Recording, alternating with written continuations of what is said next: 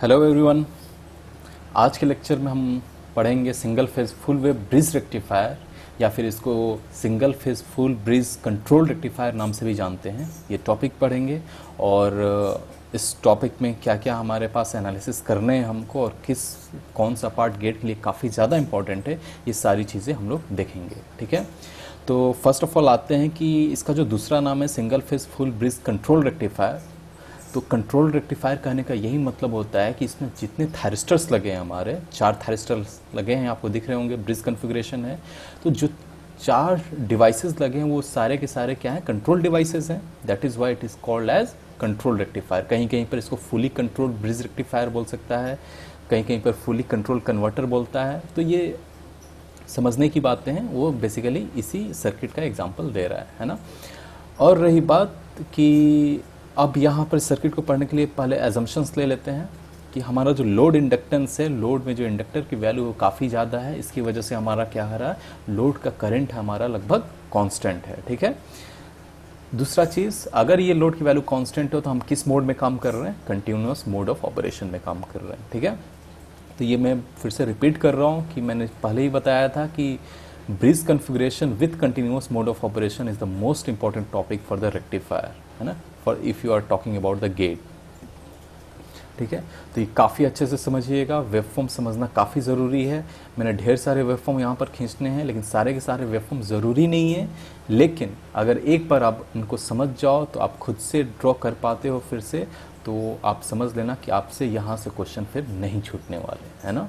Question आपसे नहीं छूटेंगे, लेकिन आई रिपीट कि अगर वेवफॉर्म समझने में दिक्कत हो रही हो तो आप फिर से चले जाओ पुराने लेक्चर्स में, single phase half wave rectifiers में, क्योंकि वहाँ पर थोड़े वेवफॉर्म क्या होते हैं, थोड़ा सिंपल होते हैं, उसकी वजह से आपको अच्छे से समझ में आ जाएगा। और एक बार आप single phase half wave rectifier अगर समझ गए, उसके बाद फुल वेव रेक्टिफायर काफ़ी ज़्यादा आसान हो जाएगा, है ना।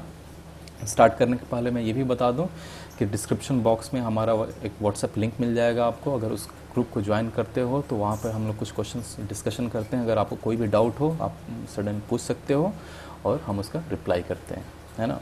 तो चलिए आज का टॉपिक स्टार्ट करते हैं, that is your single phase full wave bridge rectifier, है ना।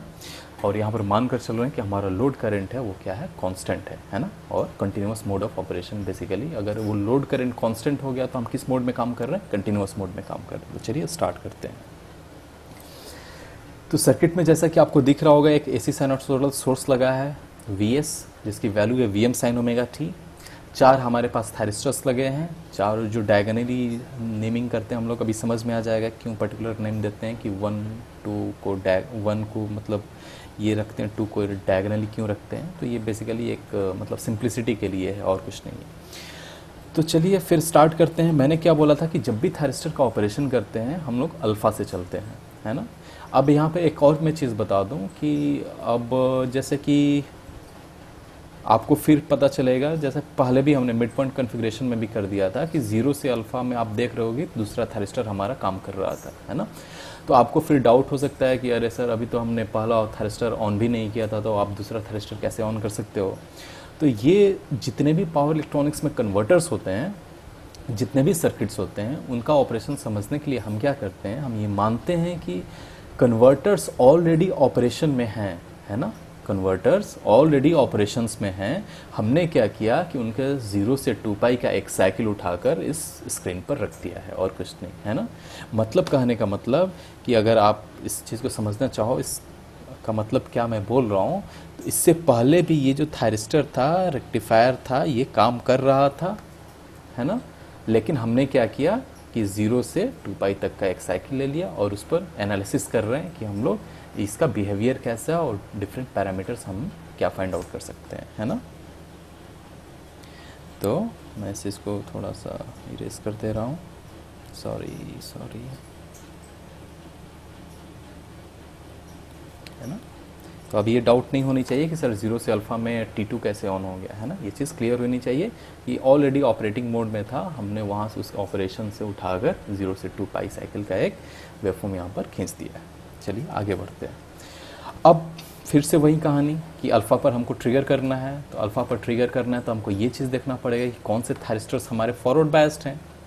अगर सोर्स हमारा पॉजिटिव हाफ में चल रहा है तो कौन से थायरिस्टर हमारे फॉरवर्ड बायस्ड हैं। तो देखो कौन से फॉरवर्ड बायस्ड हैं, आपको दिखेगा कि अगर फॉरवर्ड पॉजिटिव है तो ये फर्स्ट हाफ में अगर हमारा सोर्स वोल्टेज है तो ये हमारा प्लस होगा, सॉरी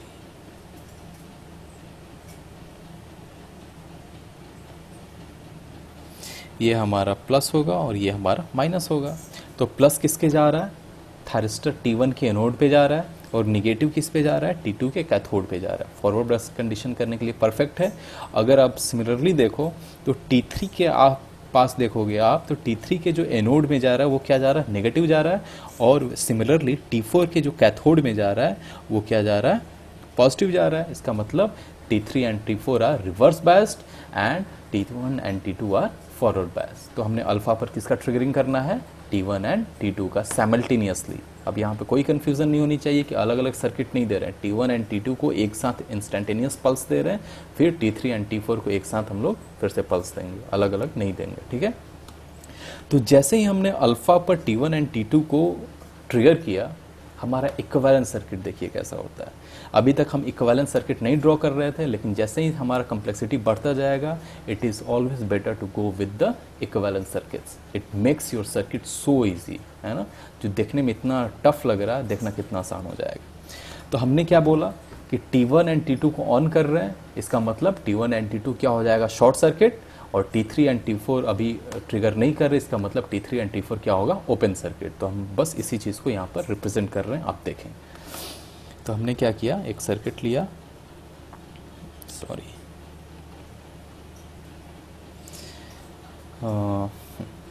ये हमारा T1 था जो शॉर्ट सर्किट है, और ये जो हमारा T4 था ये ओपन सर्किट है। फिर ये हमारा T3 था जो ओपन सर्किट है, और हमारा T2 था सॉरी जो शॉर्ट सर्किट है ना, और ये हमारा लोड लगा हुआ है यहाँ पर,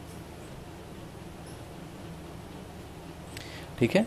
लोड के क्रॉस की वैल्यू हम लोग क्या मानकर चल रहे हैं, पोलैरिटी के साथ V0, और सोर्स वोल्टेज हमारा कैसा लगा हुआ है, ये एक टर्मिनल यहाँ पर और दूसरा टर्मिनल यहाँ पर। ये हो गया हमारा Vm sin ओमेगा t। अब आप देखो सर्किट को कितना सर्किट आसान हो गया। अब सर्किट में कितना करंट फ्लो करेगा, आप बताओ। सर्किट में हमारा एक ही करंट फ्लो करेगा, और करंट कौन फ्लो करेगा, suppose this is your source current and this is your load current, है ना। तो अब देखो सोर्स से करंट फ्लो कर रहा है, T1 के थ्रू गया, T3 तो ऑफ है हमारा, करंट का कोई डेविएशन नहीं होगा, डायरेक्टली आएगा, फिर कहाँ जाएगा, T2 से होते हुए सोर्स के नेगेटिव टर्मिनल में इंटर कर जाएगा। तो करंट का एक ही पाथ बना। तो इस पाथ में हम क्या बोल सकते हैं, पहला जो चीज आएगा कि I source current equals to your output current, है ना। और आउटपुट करंट को हम क्या मानकर चल रहे हैं, कांस्टेंट मानकर चल रहे हैं। तो पहला जो चीज़ निकला कि पॉजिटिव हाफ में जब T1 एंड T2 को जैसे ही आपने ऑन किया, तो T1 एंड T2 से जो करंट फ्लो कर रहा है वो क्या करंट फ्लो कर रहा है, लोड करंट फ्लो कर रहा है, और वही लोड करंट इक्वल्स टू हमारा सोर्स करंट हो गया, है ना। दूसरी बात कि अगर हमने T1 एंड T2 को ऑन कर दिया तो हमारा आउटपुट वोल्टेज क्या होगा, हमारा बहुत इंपॉर्टेंट चीज़ है आउटपुट वोल्टेज। तो अब देखो आप कि आउटपुट वोल्टेज का जो पॉजिटिव टर्मिनल है, ये टर्मिनल ये किससे जुड़ा हुआ है, ये किससे जुड़ा हुआ है, बोल सकते हैं सोर्स के पॉजिटिव से जुड़ा हुआ है ना। और जो आउटपुट का नेगेटिव टर्मिनल है वो भी किससे जुड़ा हुआ है, आउटपुट का नेगेटिव टर्मिनल है वो भी किससे आप देखो जुड़ा हुआ है, ये नेगेटिव टर्मिनल हुआ हमारा ये, और ये नेगेटिव टर्मिनल किससे जुड़ा हुआ है, सोर्स के नेगेटिव से। तो इसका मतलब ये हो गया कि जो V आउटपुट आ गया इक्वल्स टू आ गया हमारा Vs। सिंपल चीज़, कोई दिक्कत नहीं। ये हमारा सपोज दूसरा इक्वेशन। मैंने फिर से बोल रहा हूँ कि जैसे ही हमने T1 एंड T2 को ऑन किया, हमने आउटपुट वोल्टेज की पोलैरिटी चेक की, तो हमको पता चला कि आउटपुट वोल्टेज का जो पॉजिटिव टर्मिनल था वो किससे जुड़ा हुआ है, सोर्स वोल्टेज के पॉजिटिव टर्मिनल से, और जो आउटपुट वोल्टेज का नेगेटिव टर्मिनल था वो किससे जुड़ा हुआ है, सोर्स वोल्टेज के नेगेटिव टर्मिनल से, है ना। तो हम क्या बोल सकते हैं, सीधा सीधा V0 इक्वल्स टू Vs। अगर V0 इक्वल्स टू Vs होता है तो हम क्या बोल सकते हैं कि अल्फा पर जैसे ही हमने ट्रिगर किया, ये वैल्यू क्या हो जाएगी, यहाँ पर आएगी। सॉरी मैं कलर चेंज कर देता हूँ ताकि आपको अच्छे से दिखे।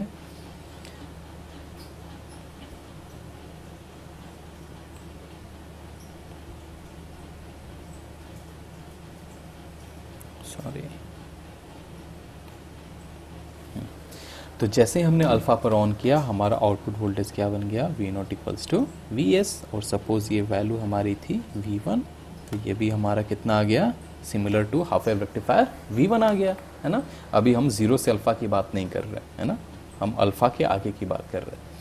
तो अब क्या होगा, करंट फ्लो करना स्टार्ट हो गया, वोल्टेज क्या कर रहा है, इंक्रीज कर रहा है। तो सिंपल क्या हो जाएगा, V naught equals to V S है, तो वी एस कैसा फ्लो कर रहा है, सपोज इस पॉइंट पर हमारा मैक्सिमम गया और ये आके यहाँ पाई पर आया, सपोज पाई तक अभी लिया हमने, और हमने ऑलरेडी एजम्पशंस क्या मानकर चल रहे हैं कि करंट हमारा क्या है, कांस्टेंट है। कौन सा current, load current. Load current अगर कांस्टेंट है तो उसको ऐसा हम लोग लिख सकते हैं, सॉरी,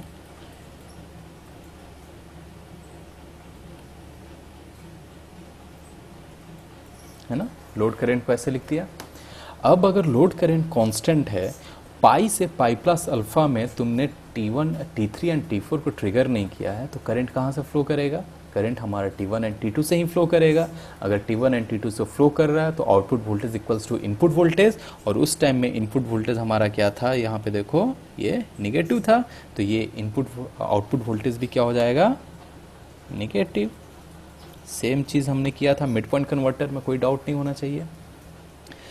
अब जैसे ही ये पाई प्लस अल्फा पर आया, हमने क्या दिया, T3 एंड T4 भी हमारा क्या हो चुका था, फॉरवर्ड बायस्ड हो चुका था। कैसे, देखो सोर्स वोल्टेज ने अपनी पोलैरिटी ऑलरेडी रिवर्स कर ली थी, है ना, सोर्स वोल्टेज ने ऑलरेडी अपनी पोलैरिटी रिवर्स कर ली थी। इसका मतलब जो T3 के एनोड पे आ रहा था वो सोर्स का अब पॉजिटिव आ रहा है, और जो T4 के कैथोड पे आ रहा है वो सोर्स का अब निगेटिव आ रहा है। इसका मतलब T3 and T4 already forward biased हैं।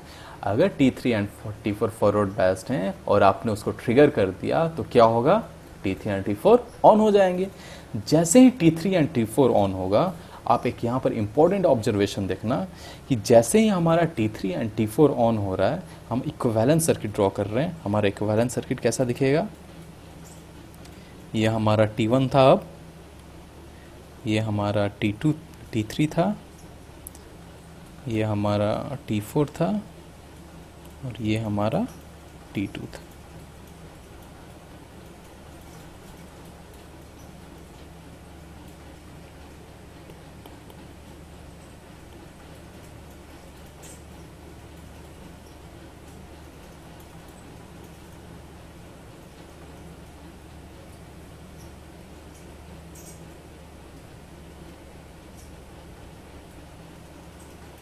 है ना।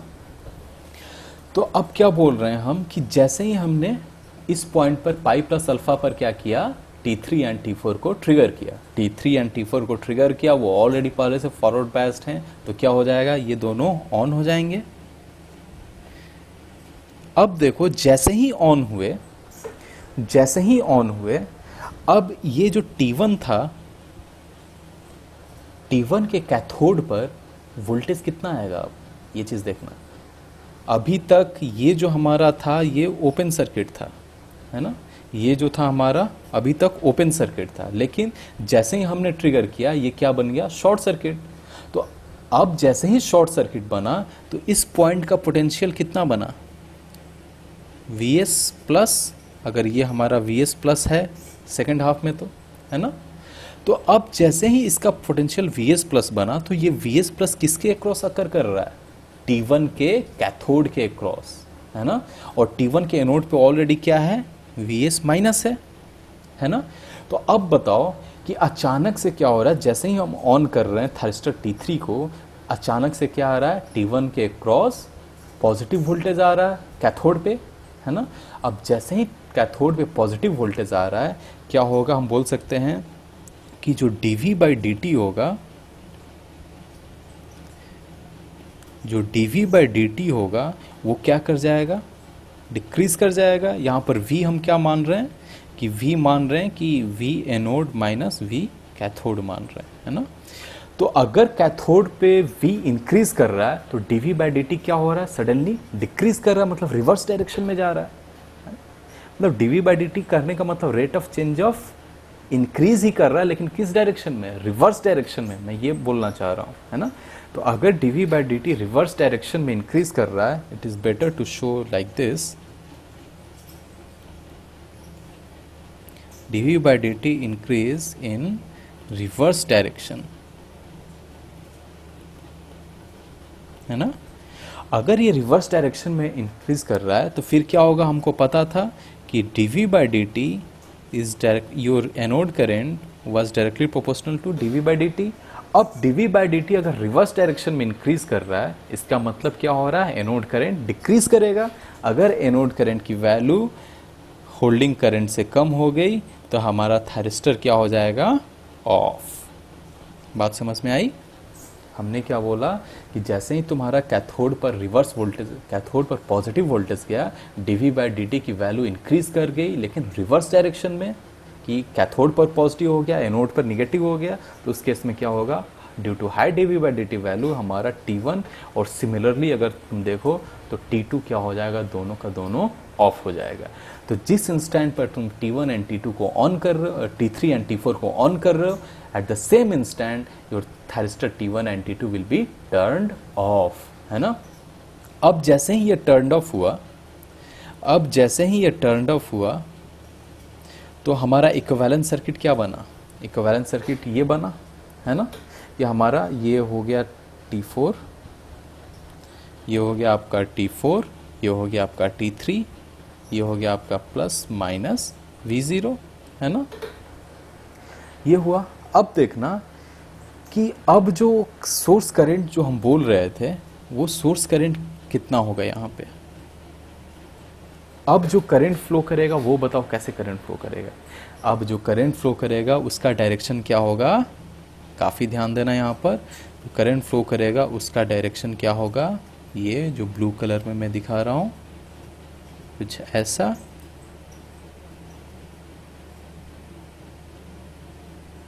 और इस करंट जो फ्लो कर रहा है उसकी वैल्यू क्या होगी? आई नॉट होगी, क्योंकि लोड में हम मान कर चल रहे हैं कि हमारा करंट कितना फ्लो कर रहा है? आई नॉट करंट फ्लो कर रहा है। तो हम बोल सकते हैं यहाँ पर कि I S equals to your minus of I not.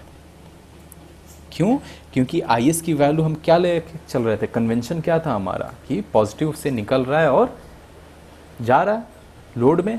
लेकिन अभी हमको दिखा कि जो एक्चुअल जो करंट फ्लो कर रहा है वो करंट कहाँ से कर रहा है? ये इसके रिवर्स में फ्लो कर रहा है। हालांकि अब अपने सोर्स ने अपनी पोलैरिटी रिवर्स कर दी है, इसलिए नीचे वाला प्लस हो गया है। लेकिन कन्वेंशन अगर हम मान कर चल रहे हैं कि ऊपर से करंट जो फ्लो कर रहा है वो हमारा पॉजिटिव आई एस है, तो जो नीचे से करंट अब फ्लो करेगा वो क्या होगा? Reverse of I S, that is minus I S, है ना। तो ये हो गया। तो यहाँ से हम क्या कंक्लूड कर दिए कि हमारा जो सोर्स करंट आ गया वो माइनस आई नॉट होगा। कब? When T3 and T4 are conducting, है ना। कोई डाउट नहीं होना चाहिए अभी आपको। अब देखो, करंट की बात तो हो गई, दूसरी बात है हमारी वोल्टेज आउटपुट की। अब जो वोल्टेज आउटपुट है, हमने Vs क्या मानकर चला था? हमने Vs जो कन्वेंशन था हमारा, हम मानकर चले थे ये पॉजिटिव है, ये हमारा निगेटिव है, कन्वेंशन जो था हमारा, है ना। अब जो अगर ये Vs है तो अब देखो V0 आउटपुट की वैल्यू क्या हुई? इसका जो प्लस टर्मिनल है V0 का, वो किससे जुड़ा हुआ है? अब देखना इसके नीचे में V0 का जो प्लस अब जुड़ा हुआ है, T3 से होते हुए नीचे आओ और ये सोर्स वोल्टेज के नीचे में जा रहा है। और जो V0 का नेगेटिव टर्मिनल है वो कहाँ जुड़ा हुआ है? वो जुड़ा हुआ है, तुम V0 के नेगेटिव टर्मिनल से होते हुए T4 से आओ, और T4 से जैसे ही तुमको पता चलेगा ये Vs के अपर साइड से जुड़ा हुआ है। तो यहाँ से बोल सकते हैं कि जो V0 की वैल्यू आएगी वो क्या आ जाएगी? माइनस ऑफ Vs, है ना। अब माइनस ऑफ Vs आ रही है कब से कब ड्यूरेशन में? फ्रॉम जब हम बोल सकते हैं T3 एंड T4 को ऑन किए हैं, है ना। अब T3 एंड T4 को जब ऑन किए हो तब V0 equals to minus Vs आ रहा है। तो अब देखो T3 एंड T4 कब ऑन है? पाई प्लस अल्फा में। Vs की वैल्यू क्या है? निगेटिव है। और ये अगर पॉजिटिव बना तो कैसा बनेगा? अगर इसका वैल्यू रिवर्स ले लो, आई मीन, तो ये कैसा बनेगा? कुछ ऐसा। और कब तक चलेगा? जब तक फिर से तुम T1 एंड T2 को ट्रिगर ना कर दो। T1 एंड T2 कब ट्रिगर होगा, 2 पाई प्लस अल्फा पर। और सिमिलरली जैसे ही तुमने 2 पाई प्लस अल्फा पर T1 एंड T2 को ट्रिगर किया, एट द सेम इंस्टेंट तुम्हारा क्या होगा, T3 and T4 will be turn off. ठीक है, ये वेवफॉर्म हमारा कैसा बन गया, कुछ ऐसा, फिर ऐसा रिपीट होगा, है ना। तो अब हमको ये चीज़ पता है कि जो चीज़ 2 पाई से 2 पाई प्लस अल्फा में हो रही है, वही चीज़ कहाँ से कहाँ तक होगी, 0 से अल्फा में। तो 0 से अल्फा में हमारा कैसा बनेगा, कुछ ऐसा, है ना। अब देखना, अगर मैं बोलूं कि 0 से अल्फा में कौन सा थायरिस्टर पेयर काम कर रहा था, तो 0 से अल्फा में तुम्हारा क्या कर रहा था, T3 T4 कर रहा था। उसके बाद फिर क्या काम किया, T1 एंड T2 काम किया, कब तक, पाई प्लस अल्फा तक। उसके बाद फिर काम कर दिया क्या, तुम्हारा T3 एंड T4 पेयर, कब तक, 2 पाई प्लस अल्फा तक, है ना। कोई इसमें दिक्कत नहीं होनी चाहिए आपको। हमारा 0 से अल्फा में T3 T4 काम कर रहा है, फिर अल्फा से पाई प्लस अल्फा तक हमारा T1 एंड T2 काम कर रहा है, फिर पाई प्लस अल्फा से हमारा 2 पाई प्लस अल्फा तक क्या काम कर रहा है, सिंपल T3 एंड T4, है ना। अब देखो, अब अगर हम सोर्स करंट की बात करते हैं, तो सोर्स करंट में हमने दो ही चीज देखा था कि जब T1 एंड T2 ऑन था तो हमारा क्या था, यहां पर देखो मैं लिख रहा हूं T1 and T2 are on. तो जब T1 एंड T2 ऑन हो रहा था तो हम देख रहे थे कि जो सोर्स करंट था that is equals to your load current. और लोड करंट कितना था, देखो लोड करंट हमारा कितना था, आई नोट पर कांस्टेंट है, सपोज ये वैल्यू हमारी आई नोट है, तो आई नोट पर कांस्टेंट है, तो हम क्या करेंगे, कब से कब तक, अल्फा से पाई प्लस अल्फा तक। तो अल्फा से पाई प्लस अल्फा तक हमारा क्या हो जाएगा, अल्फा से पाई प्लस अल्फा तक वैल्यू हमारी प्लस आई नोट आ जाएगी, है ना। लेकिन पाई प्लस अल्फा से 2 पाई प्लस अल्फा तक क्या कर रहा है, हमारा T3 एंड T4 कंडक्ट कर रहा है। अगर T3 एंड T4 कंडक्ट कर रहा है तो फिर देखो तुम्हारा सोर्स करंट कितना आया था, T3 एंड T4 जब कंडक्ट कर रहा था तो सोर्स करंट हमारा क्या था, माइनस ऑफ आई नोट। अगर माइनस ऑफ आई नोट आ रहा था तो ये कैसा दिखेगा, फिर ये ऐसा, और ये एंगल हो गया हमारा 2 पाई, ये हो गया 2 पाई प्लस अल्फा। तो जैसा करंट 2 पाई से 2 पाई प्लस अल्फा में है, सेम करंट कहाँ से रहेगा, 0 से अल्फा में। तो ये हो गया हमारा, है ना, करंट की वैल्यू। कौन सा करंट, सोर्स करंट। और इसकी जो वैल्यू आएगी वो कितनी आएगी, आई नॉट, और ये जो वैल्यू आएगी वो कितनी आएगी, माइनस ऑफ आई नॉट। ये चीज़ें क्लियर होनी चाहिए, है ना। अब देखो ये चीज़ें तो हो गई। अब बताओ कि हमारा वोल्टेज अक्रॉस थायरिस्टर 1 कैसा दिखेगा, वोल्टेज अक्रॉस थायरिस्टर 1 कैसा दिखेगा। क्योंकि अगर हम पिछले लेक्चर में जाएं तो हमारा जो मिड पॉइंट कन्फिग्रेशन था उसमें हमने क्या बोला था, उसका one of the major disadvantage क्या था कि for the supply voltage of Vm sin omega t your peak inverse voltage was coming as twice of Vm, है ना। लेकिन उसको हटाने के लिए हमने क्या किया, ब्रिज कन्फिग्रेशन लाया। अब इसमें देखते हैं कि हमारा पीक इनवर्स वोल्टेज कितना होता है। तो अगर देखो कि अगर VT1 निकालना है तो पहले देखते हैं करंट कब से कब तक फ्लो कर रहा है। तो करंट हम देखें कि फ्रॉम अल्फा से पाई प्लस अल्फा तक करंट फ्लो कर रहा है। तो करंट अगर पाई प्लस अल्फा तक कर रहा है तो वोल्टेज कितना हो जाएगा इसके क्रॉस, 0, है ना। वोल्टेज अक्रॉस क्या हो जाएगा इसके, 0, सॉरी पाई प्लस अल्फा तक। फिर क्या होगा, पाई प्लस अल्फा पर जैसे ही पहुंचे हमारा thyristor T3 and T4 on हो रहा था और हमारा T1 एंड T2 ऑफ हो रहा था। तो T1 एंड T2 जैसे ही ऑफ हो गया मतलब इसके अक्रॉस कुछ ना कुछ वोल्टेज आया होगा। तो देखते हैं नीचे वाले केस में हमारा T3 एंड T4 ऑन हो रहा था और T1 T2 ऑफ हो रहा था। तो अब देखो कि अगर ये थायरिस्टर था, हम इसका एनोड को पॉजिटिव माने, इसके कैथोड को नेगेटिव माने और ये बोले हमारा ये VT1 है, तो VT1 हमारा क्या लिख सकते हैं, VT1 इक्वल्स टू लिख सकते हैं, VT1 का पॉजिटिव किससे जुड़ा हुआ है, VS से, और निगेटिव किससे जुड़ा हुआ है, देखो VT1 का जो पॉजिटिव है कि VS प्लस से जुड़ा हुआ है, मतलब इस पॉइंट से जुड़ा हुआ है, और VT1 का जो निगेटिव है वो देखो थायस्टर T3 से होते हुए सोर्स के क्रॉस ही जुड़ा हुआ है। तो ये कितना आ गया, मतलब कहने का मतलब कि ये जो आ गया, ध्यान से अगर देखोगे तो पता चलेगा कि इसका जो एनोड है, सॉरी,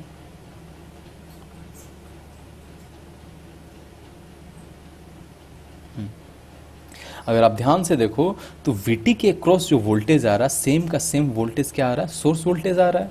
देखो VT का प्लस सोर्स के पॉइंट से जुड़ा हुआ है ऊपर से, और VT का जो माइनस है वो भी सोर्स के नीचे से जुड़ा हुआ है। तो बोल सकते हैं VT1 इक्वल्स टू VS, है ना। तो VT1 इक्वल्स टू VS कब, पाई प्लस अल्फा से कब तक, 2 पाई प्लस अल्फा तक। जब तक ये T3 एंड T4 कंडक्ट करता रहेगा तब तक ये सीन बना रहेगा, सर्किट ऐसा ही रहेगा। तो पाई प्लस अल्फा से 2 पाई प्लस अल्फा में VS कैसा था, ये ऊपर आते हैं तो देखो कि पाई प्लस अल्फा से इस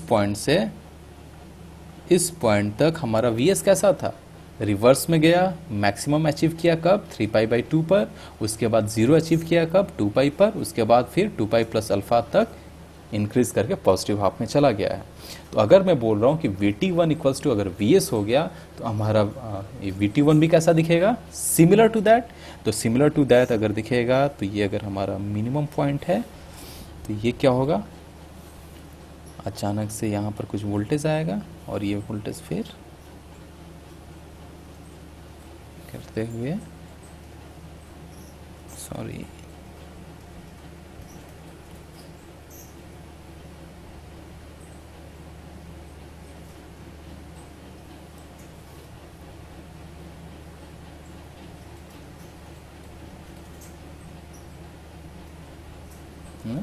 कोई डाउट नहीं रहना चाहिए। अभी आपको ये नहीं, अब देखो, अब मैंने जैसे यहाँ पर ड्रॉ कर दिया, मैंने बताया नहीं कि ये कैसे आया। तो आप सिंपल सोच सकते हो कि जैसे ही मैंने बोला कि VT1 equals to VS from pi plus alpha से 2 पाई प्लस अल्फा तक, तो पाई प्लस अल्फा पे VS की वैल्यू कितनी थी, आप देखो पाई प्लस अल्फा पर VS की जो वैल्यू थी ये थी, है ना। ये मैं कैसे आपको दिखाऊं, दूसरा कलर यूज़ करता हूँ, यहाँ पर ऊपर में देखो ये थी वोल्टेज। तो जैसे ही ये पाई प्लस अल्फा पर गया, VT1 इक्वल्स टू VS हुआ, तो हमारा थायरिस्टर के क्रॉस वोल्टेज भी कितना हो गया, सिमिलर टू दैट। और उसके बाद फिर से रिपीट करेगा अपने आप को, जैसे जैसे निगेटिव वोल्टेज आया है वैसे वैसे जाएगा, और 2 पाई प्लस अल्फा पर फिर क्या होगा, फिर से हम इसको ट्रिगर कर देंगे, इसके कारण क्या होगा, फिर से ये वोल्टेज इसके क्रॉस 0 हो जाएगा। तो जो चीज़ 2 पाई से 2 पाई प्लस अल्फा में हुआ है वही चीज़ कहाँ पे होगा, पाई 0 से अल्फा में, और ये चीज़ क्या आ गया, ये, है ना। तो यही वेवफॉर्म सिमिलर आया था हमें किसमें भी, मिड पॉइंट कन्फिग्रेशन में भी यही चीज़ आया था। लेकिन उस टाइम में ये जो वोल्टेज आ रहा था, ये जो इक्वेशन ऑफ वोल्टेज आ रहा था, ये क्या हो जा रहा था, twice of VM of sine omega t आ रहा था। लेकिन यहाँ पर क्या आ रहा है, VM साइन ओमेगा टी ही का पार्ट आ रहा है ना। ये चीज़ ध्यान रखना, यहाँ पर जो पार्ट आ रहा है वो VM साइन ओमेगा टी का पार्ट आ रहा है। लेकिन अगर मिड पॉइंट कन्फिग्रेशन की बात कर रहे थे तो यहाँ पर क्या आ रहा था, twice VM of sine omega T की पार्ट आ रहा था। इसीलिए क्या हो रहा था, वहाँ पर पीक इनवर्स वोल्टेज क्या हो रहा था, 2 VM हो रहा था, है ना। इस केस में कितना होगा peak inverse voltage, simple VM, क्योंकि ये जो अब हमारा वोल्टेज आया 3 पाई बाई 2 पर, ये कितना आ गया, VM, है ना। तो इस केस में पीक इनवर्स वोल्टेज कितना आ गया, VM, और मिड पॉइंट कन्फिग्रेशन में हमारा पीक इनवर्स वोल्टेज कितना आ रहा था, ट्वाइस ऑफ VM, है ना, सिमिलर। अब यही चीज़ देख लो कि 0 से अल्फा में क्या कंडक्ट कर रहा था, T3 एंड T4। तो T3 एंड T4 अगर कंडक्ट कर रहा था तो इसके क्रॉस वोल्टेज कितना हो गया, 0। उसके बाद फिर क्या हो गया, देखो अब T3 एंड T4 के क्रॉस वोल्टेज देखना है तो हम कहाँ से कहाँ चलना पड़ेगा, अल्फा से पाई प्लस अल्फा तक चलना पड़ेगा, क्योंकि तभी हमारा क्या था, ये दोनों ओपन सर्किट था। तो अब देखो, अगर मैं इसको ले लेता हूँ कि प्लस माइनस VT3, है ना। तो अब देखो प्लस टर्मिनल इससे किससे जुड़ा हुआ है, VS से जुड़ा हुआ है ना, VS का पॉजिटिव से, और जो निगेटिव टर्मिनल जुड़ा हुआ है वो किससे जुड़ा हुआ है, VS के निगेटिव से। तो VT3 इक्वल्स टू क्या आ गया, फिर से VS आ गया। सॉरी, यहाँ पर मैंने पोलैरिटी उल्टी ले ली है, उल्टा ले लिया है। यहाँ पे देखना कि अगर ये थायरिस्टर का एनोड है तो नॉर्मली उसी को हम लोग ये लेके चलते हैं, पॉजिटिव लेके चलते हैं। तो ये जो VT3 आया, इसका पोलैरिटी कैसे लेंगे, एनोड को पॉजिटिव देंगे, कैथोड को निगेटिव देंगे। अब देखना कि VT3 का जो नेगेटिव पॉइंट है वो किससे जुड़ा हुआ है, सोर्स के पॉजिटिव से, और VT3 का जो पॉजिटिव पॉइंट है वो किससे जुड़ा हुआ है, सोर्स के निगेटिव से, है ना। तो बोल सकते हैं कि VT3 इक्वल्स टू कितना आ जाएगा योर माइनस ऑफ VS, और माइनस ऑफ VS कब, फ्रॉम अल्फा से पाई प्लस अल्फा तक, जब तक हमारा T1 एंड T2 कंडक्ट कर रहा है, क्योंकि T1 एंड T2 कंडक्ट करेगा तो हमारा जो वोल्टेज बनेगा, सर्किट बनेगा, सेम ही होगा, है ना। अगर सेम होगा तो इसके वोल्टेज में भी कोई चेंज नहीं आएगा। जो वोल्टेज अगर माइनस VS को फॉलो कर रहा है तो माइनस VS को ही फॉलो करता रह जाएगा। तो माइनस VS कैसा दिखेगा, देखो अगर ये इस टाइम की बात अगर कर रहे हैं हम लोग अल्फा से पाई प्लस अल्फा तक, तो वोल्टेज कैसा था, पहले पॉजिटिव में गया, इंक्रीज किया, फिर 2 पाई पर 0 हुआ, फिर पाई प्लस अल्फा तक निगेटिव हुआ। तो सेम चीज़ रिवर्स डायरेक्शन में आ जाएगा। तो रिवर्स डायरेक्शन में आएगा तो कैसा दिखेगा आपको, ये चीज़ कुछ ऐसा। और उसके बाद फिर क्या हो जाएगा, फिर हमारा थायरिस्टर कंडक्ट करना शुरू कर दिया है। अगर कंडक्ट करना शुरू कर दिया है तो फिर इसके अक्रॉस वोल्टेज जो कितना होगा, 0। कब तक, 2 पाई प्लस अल्फा तक, है ना। तो इस चीज़ में कोई डाउट नहीं होना चाहिए। यहाँ पर भी जो पीक वोल्टेज आया क्या आया, VM साइन ओमेगा टी का ये पार्ट था, ये भी किसका पार्ट था, VM साइन ओमेगा टी का पार्ट था। और अगर VM साइन ओमेगा टी का पार्ट था तो ये वोल्टेज भी हमारा कितना आ जाएगा, VM आएगा, है ना, मैग्नीट्यूड की बात कर रहे हैं। तो इसका भी पीक इनवर्स वोल्टेज कितना आ गया, VM। तो अगर आप VT1 सॉरी ये VT2 लिख दिया है मैंने, it should be your VT3,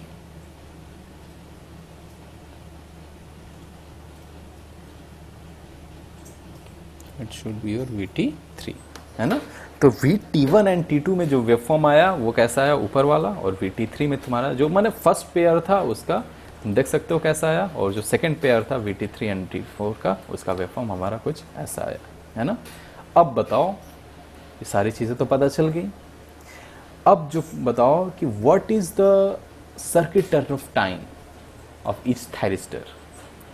पिछले क्लास में एक बहुत अच्छा डाउट आया था, एक स्टूडेंट ने पूछा था कि सर अगर हमारा लोड करंट 0 ही नहीं हो रहा है तो सर्किट टर्न ऑफ टाइम कैसे निकालेंगे, क्योंकि आपने बोला था कि सर्किट टर्न ऑफ टाइम वो होता है जो करंट 0 होने के बाद आप देखो थायरिस्टर कितना देर तक रिवर्स बायस रहता है। तो ये देखो, ये सोचो कि अगर सर्किट टर्न ऑफ टाइम की बात कर रहे हैं तो उस पर्टिकुलर थायरिस्टर की बात करेंगे, उसी के क्रॉस करंट की भी बात करेंगे। तो किसी पर्टिकुलर थायरिस्टर का करंट जब 0 हो रहा है उसके बाद देखो कि तुम्हारा थायरिस्टर कब तक रिवर्स बायस्ड है ना। लोड करंट से कंपेयर मत करो, उस थायरिस्टर करंट को देखो, थायरिस्टर करंट कब 0 हो रहा है ना। उसके बाद हमारा कितना देर रिवर्स बायस जा रहा है वो हमारा हो जाएगा सर्किट टर्न ऑफ टाइम, है ना। इस केस में फाइंड करते हैं, देखो दोनों के केस में सेम ही आएगा। कैसे कि ड्यूरेशन क्या है, ये हमारा पाई है ना, पाई है, ये हमारा पॉइंट क्या था, अल्फा। तो पाई में से अगर अल्फा घटा दिए तो ये हमको ड्यूरेशन मिल गया, और इतना ही ड्यूरेशन तक क्या था, ये रिवर्स बायस था, है ना। सिमिलरली ऊपर वाले वेवफॉर्म में चलते हैं, तो यहाँ भी देखो ये जो पॉइंट था हमारा पाई प्लस अल्फा, और ये जो पॉइंट था हमारा 2 पाई था। तो 2 पाई में से क्या करना है, पाई प्लस अल्फा घटा देना है, तो कितना आ जाएगा, सेम पॉइंट। तो ये कितना आ गया, पाई माइनस अल्फा, और यहाँ भी कितना आ जाएगा, ये ड्यूरेशन हमारा, सॉरी ये जो ड्यूरेशन आएगा हमारा, मैं डिफरेंट कलर से कर रहा हूँ, ये जो ड्यूरेशन आ गया हमारा, ये भी कितना आ गया, पाई माइनस अल्फा, है ना। तो बोल सकते हैं कि ऑब्जर्वेशंस में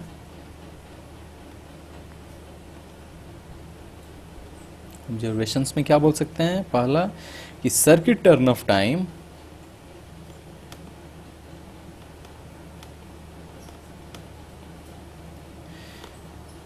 T circuit off equals to your pi minus alpha by omega, है ना। दूसरा चीज कि peak inverse voltage across each thyristor SCR equals to your VM, है ना। और मिड पॉइंट कन्फिग्रेशन में क्या होता था, ट्वाइस ऑफ VM होता था, ठीक है। तीसरा पॉइंट हो रहा है कि जो सोर्स करंट हो रहा है is square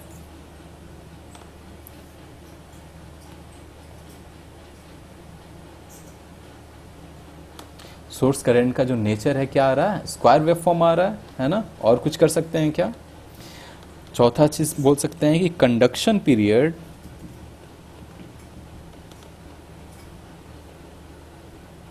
of each thyristor या ईच SCR बोल देते हैं, conduction period of each SCR, जल्दी बताओ कितना होगा। देखो कैसे निकालेंगे, देखो यहाँ पर मैंने दिखा है T1 एंड T2 कब तक कंडक्ट कर रहा है, तो अल्फा से पाई प्लस अल्फा में कर रहा है, और फिर T3 एंड T4 कब कर रहा है, पाई प्लस अल्फा से 2 पाई प्लस अल्फा तक कर रहा है। मतलब दोनों का जो कंडक्शन पीरियड कितना आएगा, अल्फा आएगा। तो सारे के सारे जो थायरिस्टर हैं वो कितने देर कंडक्ट कर रहे हैं, पाई। और इसको अगर टाइम में कन्वर्ट कर दो तो हमारा कितना आ जाएगा, पाई बाई ओमेगा। तो डिपेंडिंग ऑन द एंगल पूछ रहा है या फिर टाइम पूछ रहा है, तुम निकाल सकते हो। ठीक है, और कोई हमारा ऑब्जर्वेशन आ सकता है क्या।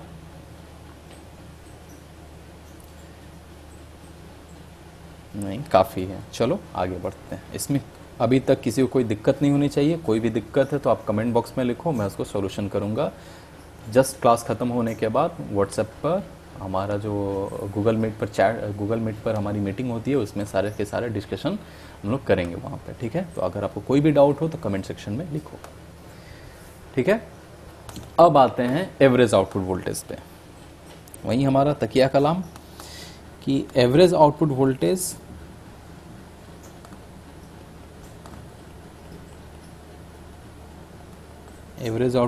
निकालेंगे। कैसे निकालते थे, हमको बस देखना पड़ेगा कि कहाँ से कहाँ वोल्टेज है, नॉन जीरो आ रहा है और कितना टाइम पीरियड आ रहा है। तो अगर वी नोट एवरेज की बात करें तो वी नोट एवरेज हमारा कितना आ जाएगा। अब देखो यहाँ पे वी नोट एवरेज का बताओ टाइम पीरियड कितना होगा।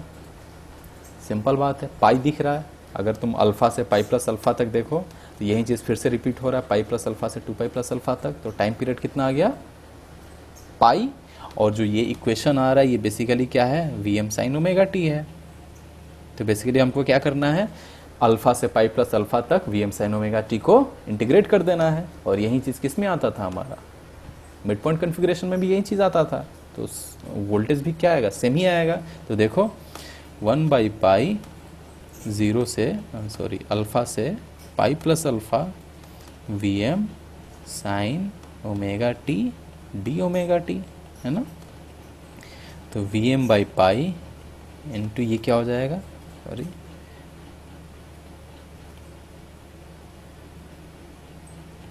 Vm by pi minus cos omega t from alpha से पाई प्लस अल्फा। इसको जैसे ही तुम करोगे तुम्हारा आ जाएगा twice Vm by pi cos alpha, V naught average. ये आ गया हमारा, है ना, वी नोट एवरेज आ गया हमारा twice Vm by pi cos alpha, similar to your mid point configuration output voltage, अगर हमारा लोड सेम था तो, है ना। अब देखो, अगर यहीं पर मैं बोलूं कि लोड, सपोज जो था हमारा लोड था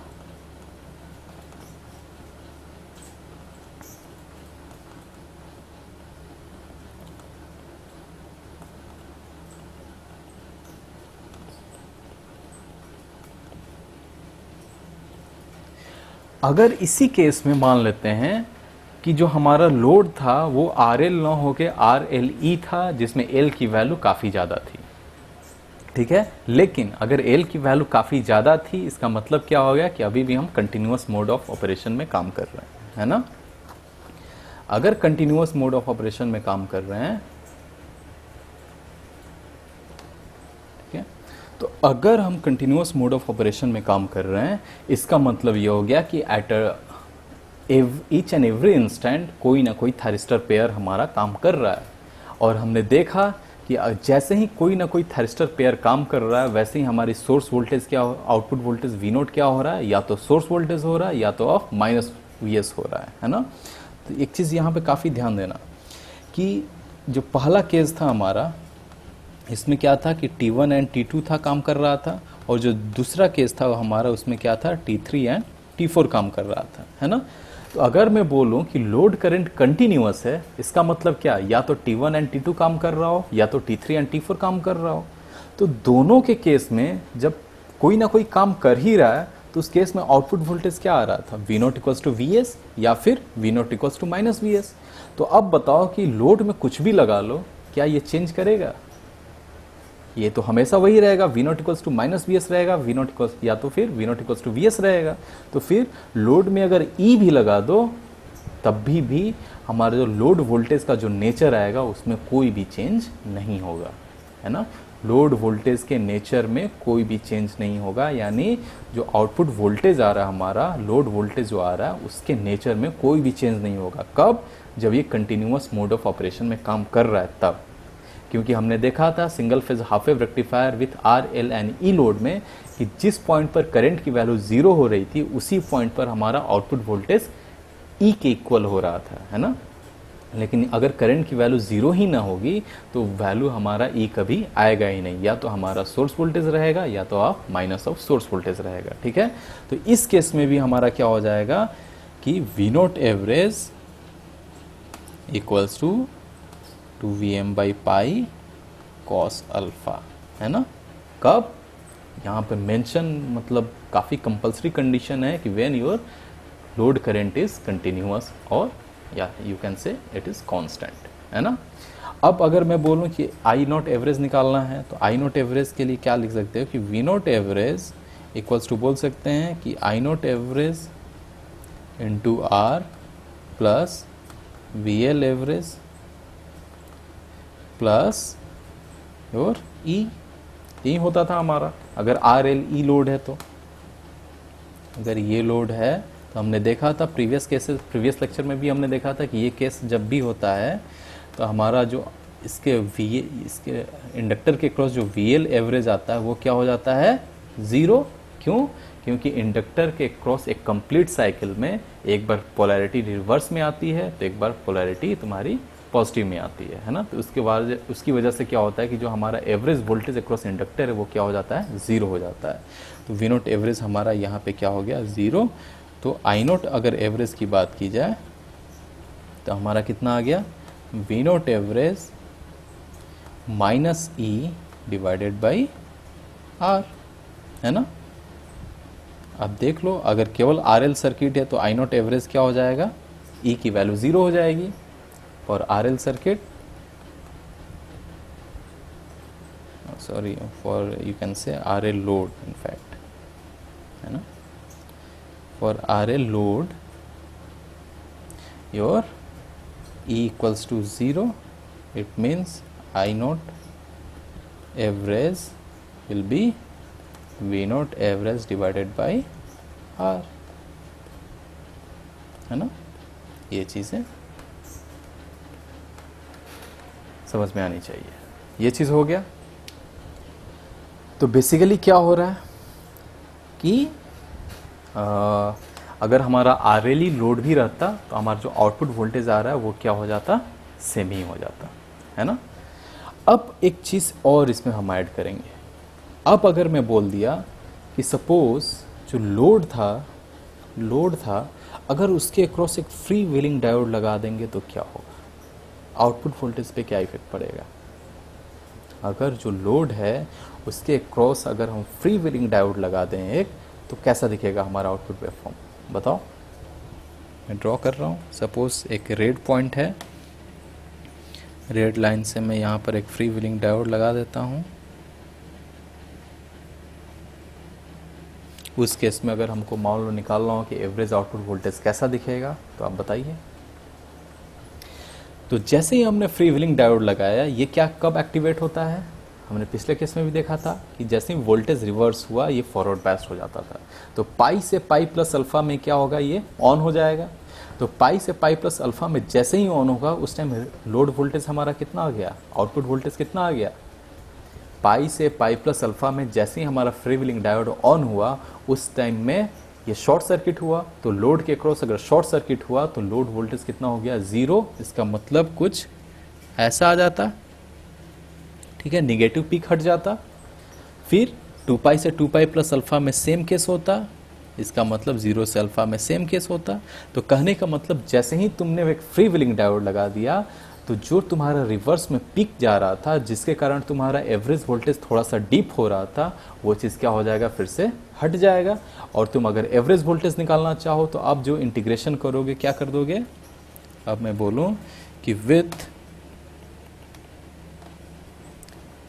free wheeling diode your average voltage V naught average will be 1 by pi। Time period में कोई चेंज नहीं, लेकिन एंगल में चेंज आएगा from alpha to pi Vm sine omega t d omega T.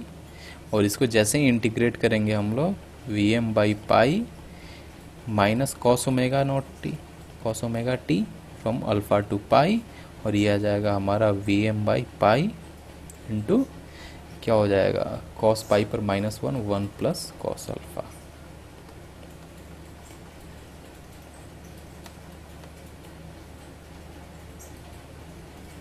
याद करो single phase half wave rectifier with resistive load, जो पहला सर्किट हमने बेसिक वाला पढ़ा था उसमें भी यही इक्वेशन आया था। बस डिफरेंस क्या था, वहाँ पे टाइम टू पाई, वहाँ पर टाइम पीरियड 2 पाई का होता था, यहाँ पर टाइम पीरियड हमारा पाई का हो रहा है, इसीलिए यहाँ पर नीचे में हमारा पाई आ रहा था और उस केस में हमारा क्या आ रहा था, 2 पाई आ रहा था, है ना। तो बेसिकली जहाँ भी फ्री व्हीलिंग डायोड लगा रहा है वो क्या करता है, जो इंडक्टर का इफेक्ट आता है आउटपुट वोल्टेज में उसको कैंसिल आउट कर देता है ना। इसका मतलब कि अगर आरएल सर्किट लगा रहे, अगर तुम फ्री व्हीलिंग डायोड लगा दिए तो कैसा बिहेव करेगा, अब रेजिस्टिव लोड जैसा बिहेव करेगा, ठीक है। तो उसका जो आउटपुट वोल्टेज का वेवफॉर्म आएगा, मतलब वोल्टेज के लिए मैं बता रहा हूँ कि आउटपुट वोल्टेज का वेवफॉर्म आएगा सेम टू सेम आएगा एज अ रेजिस्टिव लोड। तो अगर कहीं पे दे दे तो फिर ये मत सोचना कि अब ये क्या आ गया, इसके लिए क्या करें। आपको एक कॉमन सेंस लगाना है कि जैसे ही फ्री व्हीलिंग डायोड लगेगा, वो जैसे ही वोल्टेज अपनी पोलैरिटी रिवर्स कर रहा था उस टाइम में ये फॉरवर्ड बायस होता है और उसकी वजह से क्या होता है, लोड के अक्रॉस वोल्टेज 0। तो जो हमें अब इंटीग्रेशन करना था अल्फा से पाई प्लस अल्फा में, अब वो इंटीग्रेशन कहाँ से करना पड़ेगा, अल्फा से पाई तक, है ना, क्योंकि पाई से पाई प्लस अल्फा में वोल्टेज हमारा 0 हो चुका है ना। तो ये चीज़ें एक काफ़ी इंटरेस्टिंग थी यहाँ पे।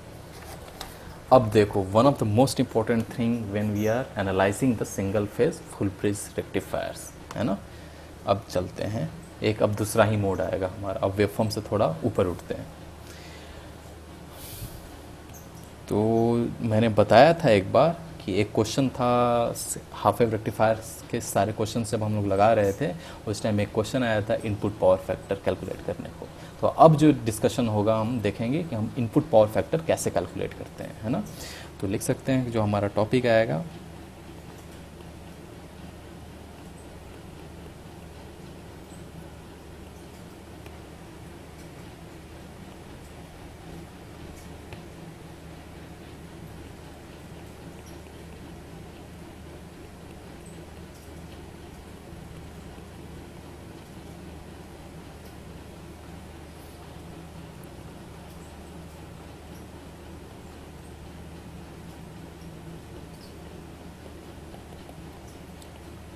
काफ़ी इम्पोर्टेंट पॉइंट है, काफ़ी ज़्यादा इम्पोर्टेंट पॉइंट है। आप देखो क्वेश्चन उठा के गेट में आपको बहुत सारे क्वेश्चन इस टॉपिक से मिल जाएंगे, input power factor and harmonic analysis, है ना। तो चलिए, अगर इनपुट पावर फैक्टर की बात करते हैं तो हम P क्या बोल सकते हैं कि जो इनपुट में हमने पावर लिया, जो इनपुट से हमने पावर कंज्यूम किया और लोड में डिलीवर किया, उस चीज़ को क्या लिख सकते हैं।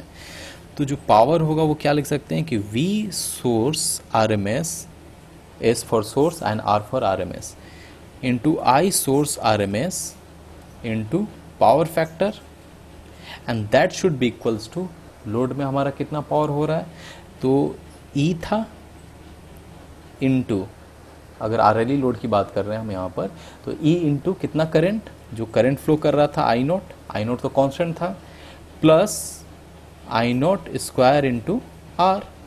अब I नोट की वैल्यू कैसी थी, I नोट की वैल्यू ऐसी थी, तो हम जानते हैं कि जो पावर होता है I स्क्वायर RMS में होता है, तो I नोट स्क्वायर RMS था, तो अगर कांस्टेंट वैल्यू है तो उसकी एवरेज वैल्यू भी सेम होती है, RMS वैल्यू भी सेम होती है ना। तो कोई दिक्कत नहीं होनी चाहिए यहाँ पे। और इसके साथ ही हम ये भी देखेंगे कि जो हमारा सोर्स करंट था वो कैसा था, अगर ये हमारा लोड करंट था तो सोर्स करंट कैसा था, कुछ ऐसा,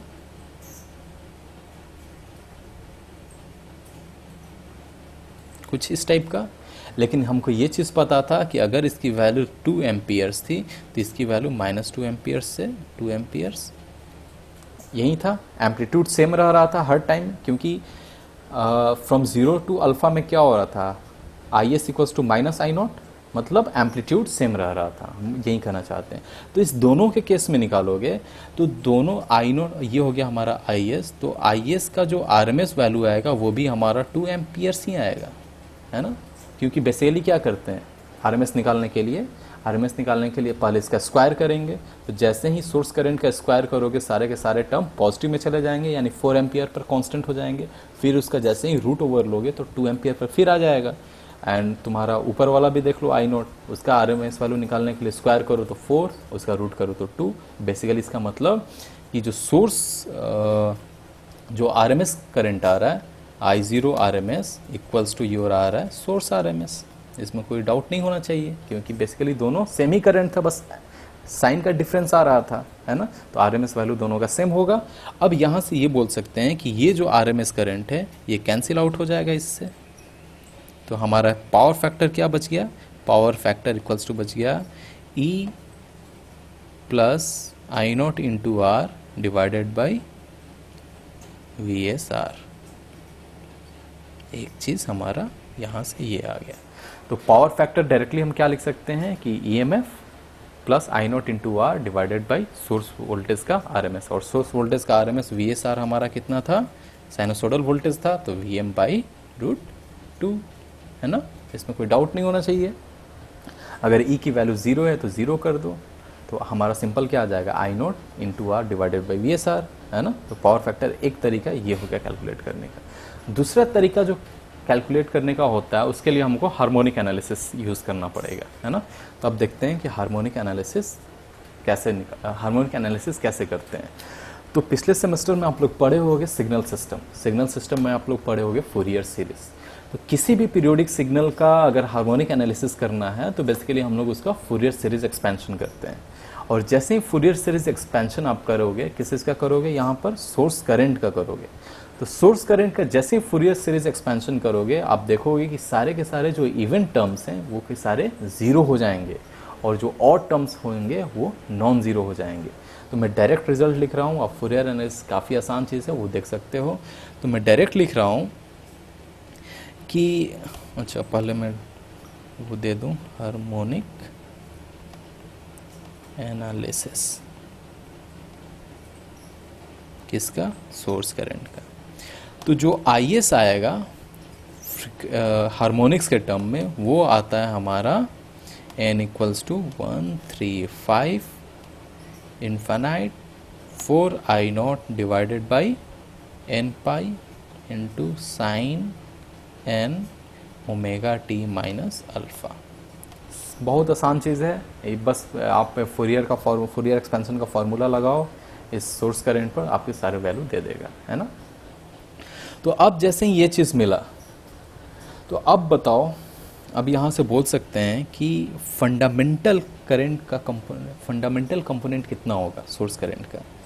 तो अगर मैं बोलूँ कि RMS value of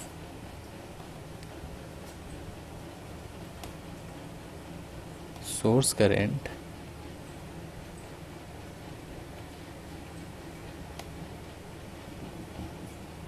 RMS value of source current at fundamental frequency।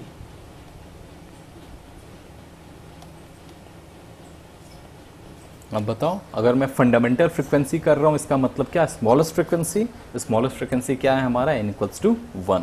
इसका मतलब कि जो ISR 1 आएगा, IS मतलब सोर्स करंट, R मतलब RMS वैल्यू और 1 मतलब फंडामेंटल कंपोनेंट, ठीक है, ये चीज़ ध्यान रखना। तो क्या आ जाएगा 4 I naught divided by n पाई, मतलब n की वैल्यू 1 तो पाई हो गया, n2।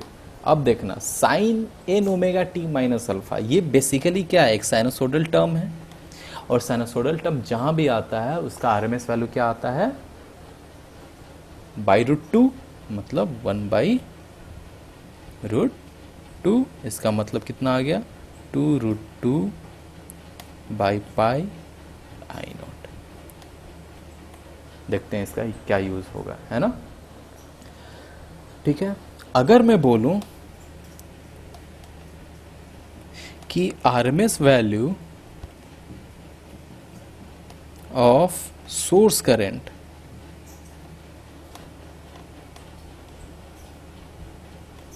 कितना आएगा, देखो यहां पर जो मैंने एग्जांपल देके रखा था कॉर्नर में ऊपर कि -2 एम्पियर है और 2 एम्पियर है, तो इसका आरएमएस वैल्यू कितना आ रहा था 2 एम्पियर।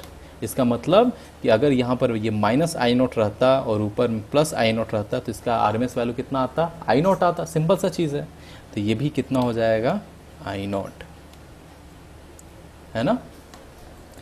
अब एक नया टर्म आता है that is called your current distortion factor.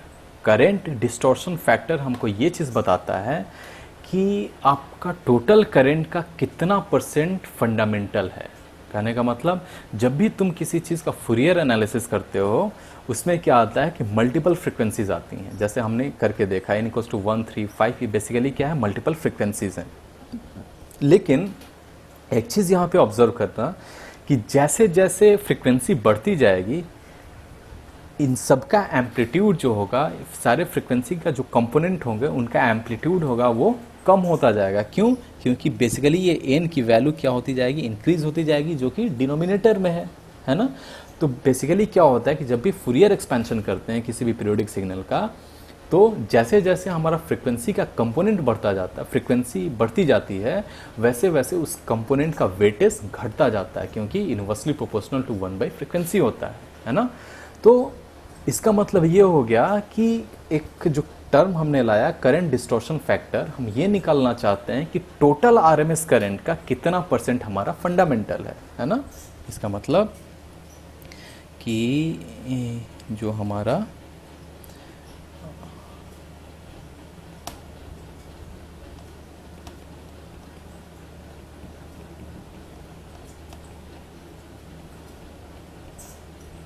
इसको CDF भी बोलते हैं कहीं कहीं पर। तो करंट डिस्टॉर्शन फैक्टर क्या बता रहा है कि टोटल आरएमएस करंट का कितना % हमारा फंडामेंटल है। इसका मतलब सिंपली बोल सकते हो कि CDF is equals to your ISR1 divided by ISR,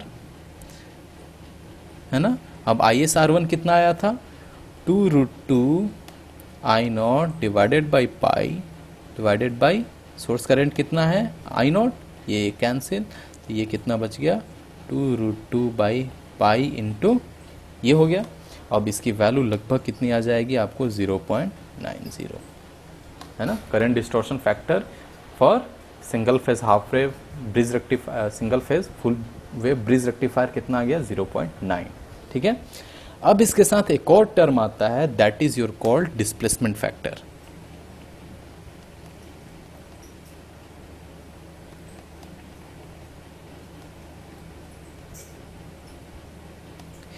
displacement factor ये बताता है कि जो फंडामेंटल कंपोनेंट ऑफ वोल्टेज है और फंडामेंटल कंपोनेंट ऑफ करंट है उसके बीच में जो एंगल है उसका कोसाइन कितना हो रहा है। कहने का मतलब फंडामेंटल कंपोनेंट ऑफ करंट जो है और फंडामेंटल करंट ऑफ वोल्टेज है उसके बीच का जो एंगल आ रहा है उस एंगल का हमारा कोसाइन। ठीक है, तो बेसिकली इस चीज़ को लिखते हैं हम लोग कि it is cosine angle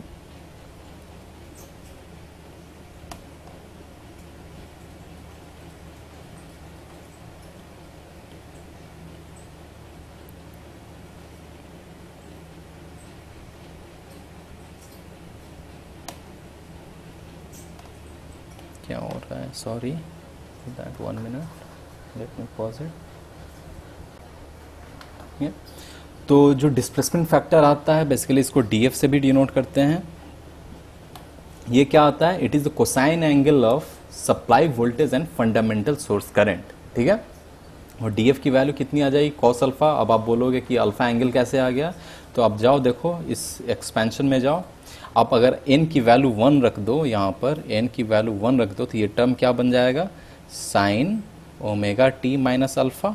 fundamental current में ये टर्म आएगा और फंडामेंटल वोल्टेज हमारा क्या था, Vm साइन ओमेगा टी। तो ये वोल्टेज और इस करंट में फेज एंगल कितना है, अल्फा है। तो यही एंगल हमने यहाँ पर लिया है, cosine of angle between the voltage and fundamental current, है ना। क्योंकि वोल्टेज तो ऑलरेडी हमारा प्योर साइनसोइडल है, वो तो फंडामेंटल ही है, उसमें और कोई फ्रीक्वेंसी का टर्म है ही नहीं। और जो फंडामेंटल करंट था, सोर्स करंट था, उसमें बहुत सारी फ्रीक्वेंसी का टर्म थी, तो हमने फंडामेंटल चूज़ किया। तो ये आ गया DF। अब जो आता है हमारा पावर फैक्टर, या बोलते हैं इसको इनपुट पावर फैक्टर, वो आता है कि इनपुट पावर फैक्टर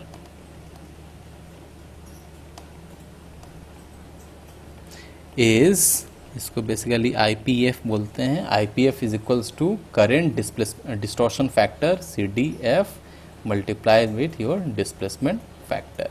मतलब CDF हमारा कितना था, 0.9 इंटू कॉस अल्फा। यानी तुम्हारा जो इनपुट पावर फैक्टर आ रहा है single phase full bridge rectifier के लिए 0.9 कॉस अल्फा, ये आएगा, है ना। ठीक है, तो बेसिकली यहाँ पर कोई भी कंफ्यूजन नहीं होनी चाहिए। इनपुट पावर फैक्टर बोलो या पावर फैक्टर बोलो, दोनों चीज़ें एक ही हैं, है ना।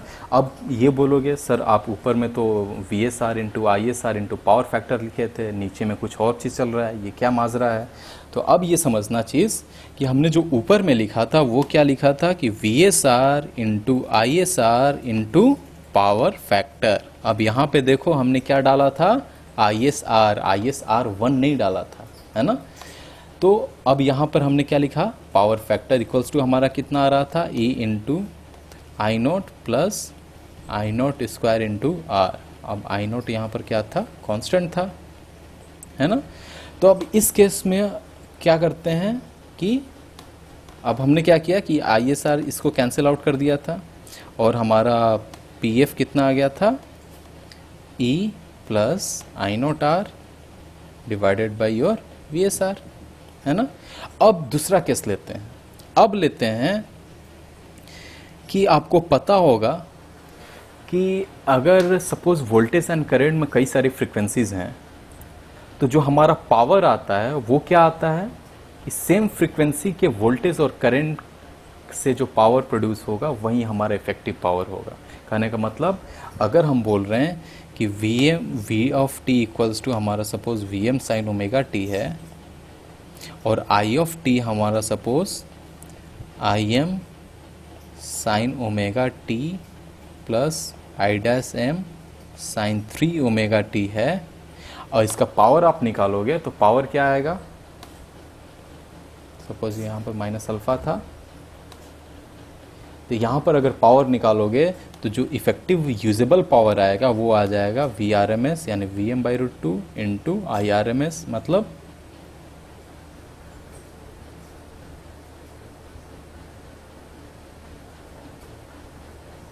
ओके अच्छा चलो, यहाँ पे तो थोड़ा सा मैंने मिस्टेक कर दिया है।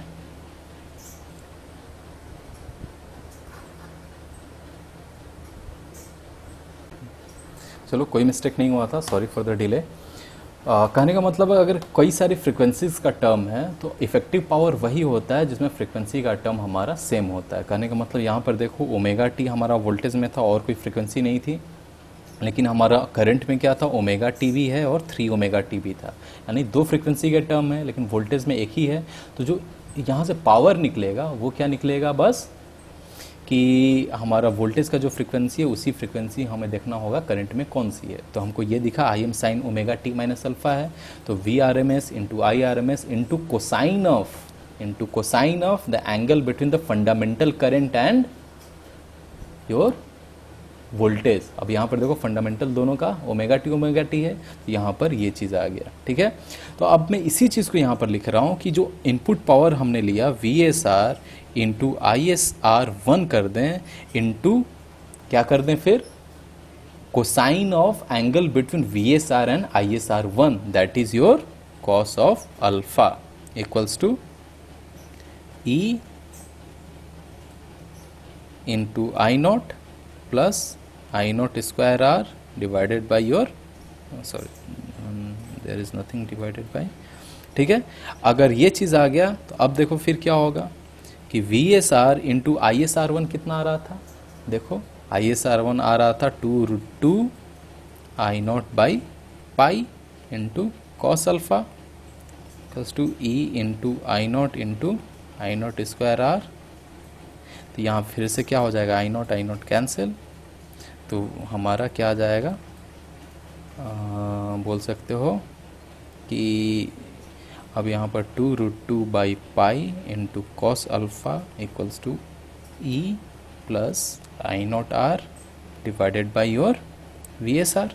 अब राइट हैंड साइड को इक्वेट करो, राइट हैंड साइड को इक्वेट कर रहे हो तो क्या आ रहा है तुमको, देखो यहाँ पे राइट हैंड साइड को इक्वेट कर रहे हो तो यहाँ पर ये वैल्यू थी, यहाँ पे भी यही वैल्यू है, लेकिन इनपुट में क्या है, यहाँ पर पावर फैक्टर था, तो यहाँ पर देखो टोटल पावर फैक्टर कितना आ गया, ये हो गया 0.9 cos alpha equals to your E plus I naught R divided by V S R, है ना। तो your power factor will be 0.9 cos alpha.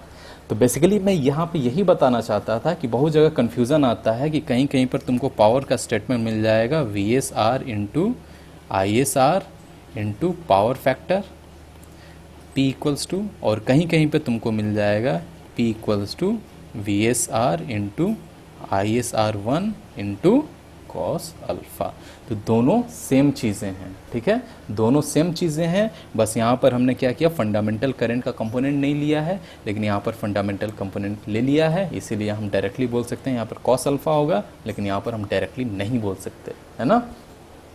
तो जो यूनिवर्सल फार्मूला होता है यही होता है, ऊपर वाला होता है we S R into I S R into power factor, और फॉर इस केस के लिए हम क्या बोल सकते हैं, अगर हमारा एंगल अल्फ़ा का डिफरेंस आ रहा है, इस केस में जैसा आ रहा है, तो उस केस में हमारा नीचे वाला ओके फार्मूला सही है ना। तो यहाँ पर कोई भी कन्फ्यूज़न नहीं होनी चाहिए कि अगर दोनों स्टेटमेंट आए तो आपको दोनों चीज़ क्लियर होनी चाहिए कि सोर्स, अगर टोटल सोर्स का आरएमएस ले रहे हैं तो क्या होगा, और एक फंडामेंटल सोर्स का आरएमएस ले रहे हैं तो क्या होगा, है ना।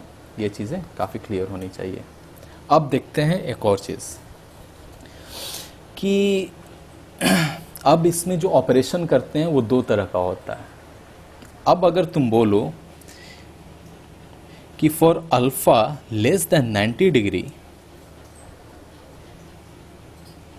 ये रेक्टिफायर का काम कर रहा है, इसमें कोई डाउट नहीं है, लेकिन इसी रेक्टिफायर को तुम एज ए इन्वर्टर बना सकते हो, कब, जब अल्फ़ा की वैल्यू कर दो ग्रेटर देन 90 डिग्री, ठीक है, and the polarity of E should be reversed।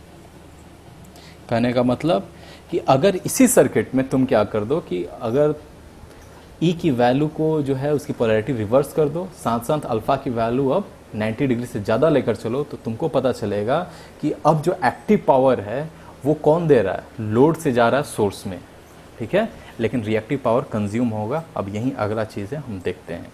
तो और थोड़ी देर का चीज़ है, आप बने रहिए, काफ़ी इंपॉर्टेंट है, गेट पॉइंट ऑफ व्यू से काफ़ी ज़्यादा इंपॉर्टेंट है ना। अब देखना, अब कैलकुलेशन होता है हमारा पावर कैलकुलेशन,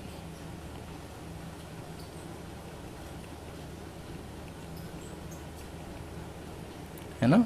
अब पावर कैलकुलेशन में देखते हैं कि हम लोग क्या करते हैं। तो मैं बोलूं कि जो एक्टिव पावर आया, active power drawn from source, ठीक है, सोर्स एक्टिव पावर क्या ड्रॉन करेंगे, तो P इक्वल्स टू लिख सकते हैं कि V S R into I S R one into cos alpha, यही हमारा आया। अब ये चीज़ देखिए, वी एस आर कितना हो गया, V M by √2, I S R कितना हो गया 2√2 by pi into I naught into cos alpha हो गया। अब देखो √2 कैंसिल हो गया, इसको क्या लिख सकते हैं, 2Vm by pi into cos alpha into I not. तो ये बेसिकली ये चीज़ क्या है, ये बेसिकली ये चीज़ हम क्या है, कुछ याद आ रहा है, ये हमारा वी नॉट एवरेज है इंटू आई नॉट एवरेज हो गया, क्योंकि आई नॉट कॉन्स्टेंट था तो I naught equals to I naught average लिख सकते हो। तो P इक्वल्स टू तुम्हारा क्या आ गया, V naught average into I naught average, है ना। दूसरा चीज़, अगर रिएक्टिव पावर की बात करें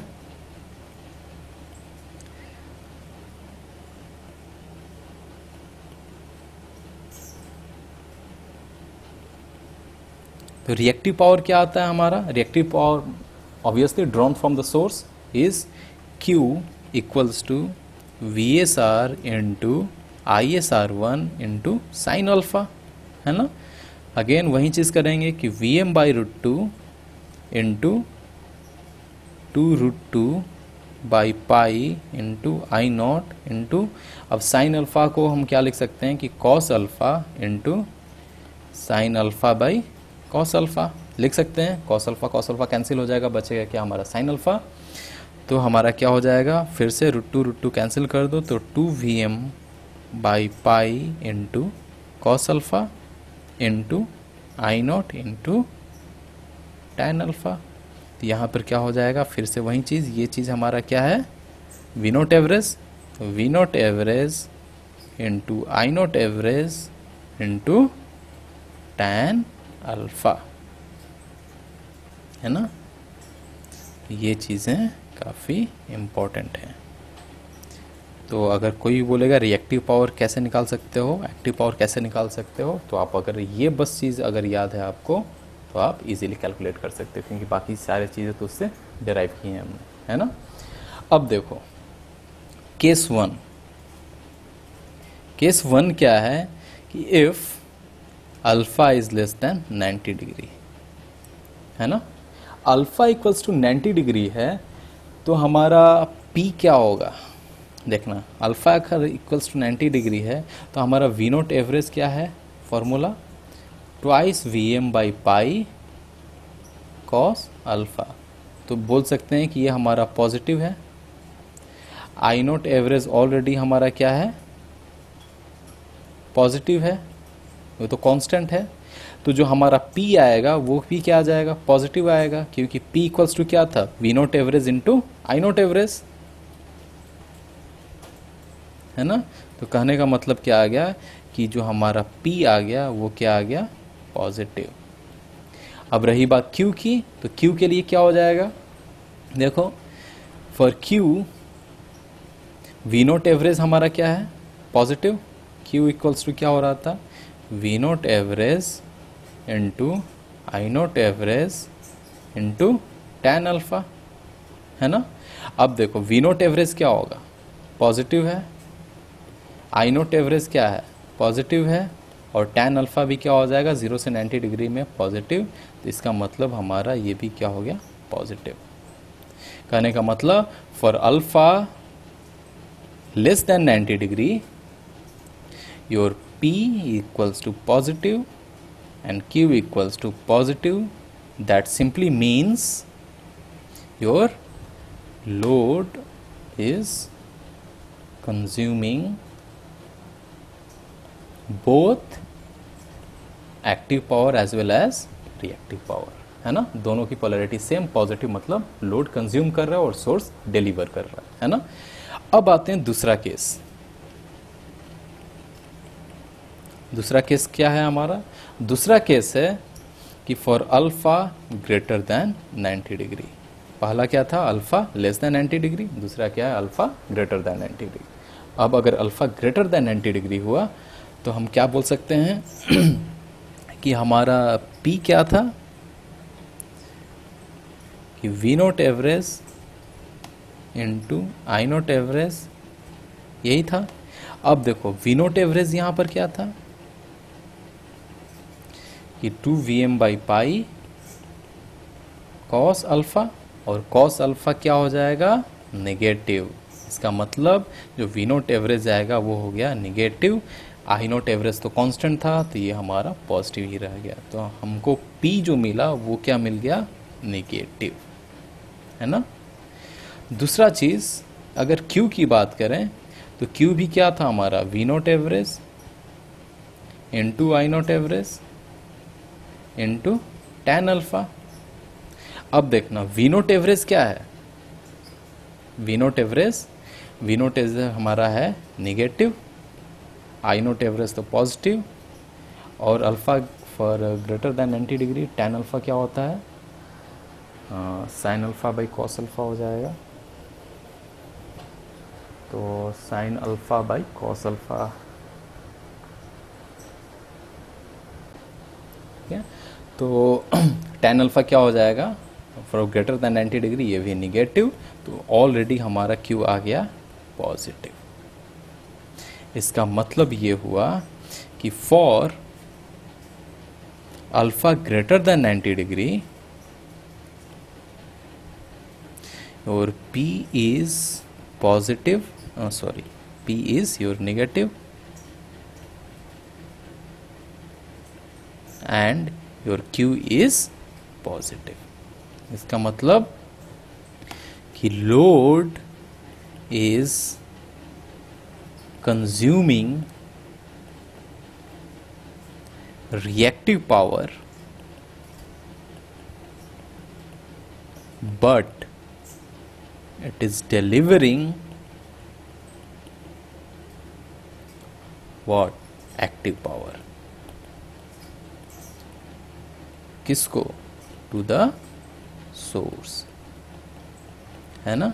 और यही चीज़ क्या हो जाता है, हमारा इन्वर्टर का ऑपरेशन हो जाता है। कहने का मतलब अब लोड ही अगर तुम्हारा सोर्स को पावर देने लगेगा, इसका मतलब क्या हो रहा है, डीसी पावर क्या हो रहा है, कन्वर्ट हो रहा है एसी पावर में, है ना। तो बेसिकली ये क्या होता है, इन्वर्टर होता है। और इस इन्वर्टर को बेसिकली एक लाइन कम्यूटेटिंग इन्वर्टर भी बोलते हैं।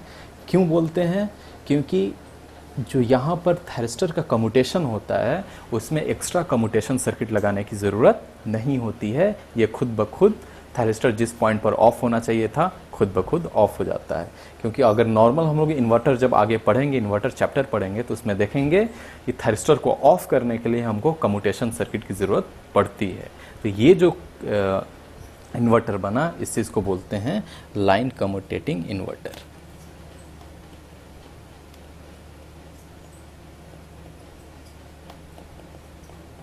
है ना। ठीक है, तो ये हो गया आपका टोटल एनालिसिस। तो काफ़ी आज लंबा लेक्चर हुआ, लेकिन one of the most important thing है आपका गेट के लिए, है ना। यहाँ से अब मैं अगले क्लास में केवल और केवल क्वेश्चन करूँगा। और इनफैक्ट एक डिसकंटिन्यूअस मोड बच गया हमारा, हो सकता है मैं डिसकंटिन्यूअस मोड करूँ, क्योंकि एक बार सारी चीज़ें ख़त्म होने के बाद क्वेश्चन करेंगे तो ज़्यादा अच्छा रहेगा हमारे लिए। नहीं तो हो सकता है कि अगले क्लास में कुछ क्वेश्चन करें, फिर हम डिसकंटिन्यूअस मोड स्टार्ट करें। तो ये सारी की सारी चीज़ें काफ़ी इम्पोर्टेंट हैं। आपको यहाँ तक जो मैंने पढ़ाया वेवफॉर्म तक, यहाँ तक तो कोई दिक्कत नहीं होना चाहिए था। ठीक है, यहाँ तक तो हम सारा चीज़ करते आए हैं। लेकिन उसके बाद फिर हमने क्या किया, उसके बाद हमने थोड़े टर्म ऐड किए। टर्म क्या किए, ये input power factor and harmonious analysis, ये नया टर्म था, लेकिन one of the most important thing है। अब अगर इतना ये चीज़ हो गया तो पिछले जो मैंने क्वेश्चन दिया था पिछले लेक्चर में, जो क्वेश्चन वाला जो लेक्चर था उसमें आप देखना, वो क्वेश्चन अटेम्प्ट लेना, 100% गारंटी के साथ आप बना पाओगे, है ना। तो चलो आज के लिए इतना रहने देते हैं। याद रखना कि अगर पावर इलेक्ट्रॉनिक्स ध्यान से पढ़ना है तो प्रैक्टिस बहुत ज़रूरी है। वेवफॉर्म जब तक अपने से नहीं ड्रॉ करोगे तब तक मुश्किल है।